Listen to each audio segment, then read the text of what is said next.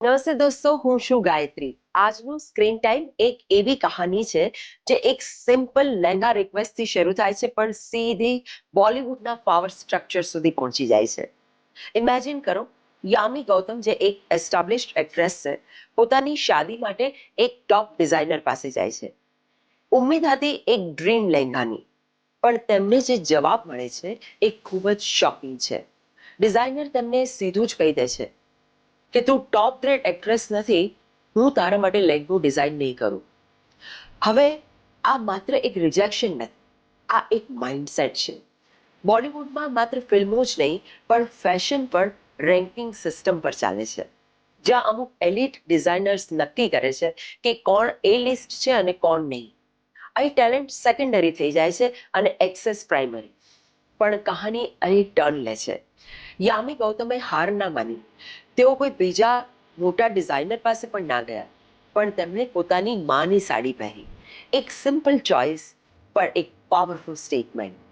કંઈ પણ બોલ્યા વગર તેમણે સિસ્ટમને જવાબ આપી દીધો કે મને તારા ગ્રેડિંગની જરૂર નથી. અહીંથી વાત થોડી ઊંડી બને છે. બોલિવૂડનો જે એક ફેમિલી બિઝનેસ વાળો કિલ્લો બનેલો હતો, જ્યાં સરનેમ્સ કે લાસ્ટ નેમ્સ નક્કી કરતા હતા કે કોણ આગળ જશે, એ કિલ્લાને પહેલો ઝટકો ત્યારે લાગ્યો જ્યારે નેપોટિઝમ પર ખુલીને વાત થઈ.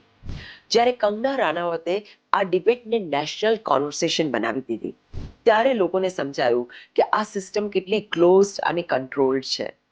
આજે આદિત્ય ધર જેવા ફિલ્મ મેકર્સ અને સેલ્ફ મેડ આઉટસાઇડર્સ આ કિલ્લાને તોડી રહ્યા છે. હવે ઓડિયન્સ માત્ર નામ નહીં પણ કામ જોઈ રહી છે.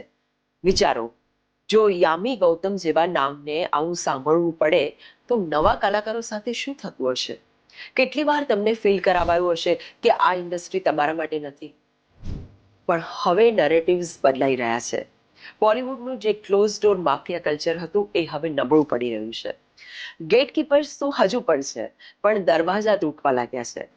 યામીની આ કહાની માત્ર એક લહેંગો રિજેક્ટ થવાની સ્ટોરી નથી, આ એક સિસ્ટમને રિજેક્ટ કરવાની સ્ટોરી છે. તો હવે પછી જ્યારે કોઈ તમને કહે કે તું એ લેવલનો નથી કે એ લેવલની નથી, તો કદાચ જવાબ એ હોવો જોઈએ કે લેવલ બદલવાનો સમય આવી ગયો છે. હું હતી ગાયત્રી. મળીશું નેક્સ્ટ સ્ક્રીન ટાઈમમાં, જ્યાં બોલિવૂડના ગ્લેમર પાછળની અસલી કહાનીઓ વધુ સ્પષ્ટ રીતે સામે આવશે. વધુ અપડેટ્સ માટે મને ફોલો જરૂર કરો.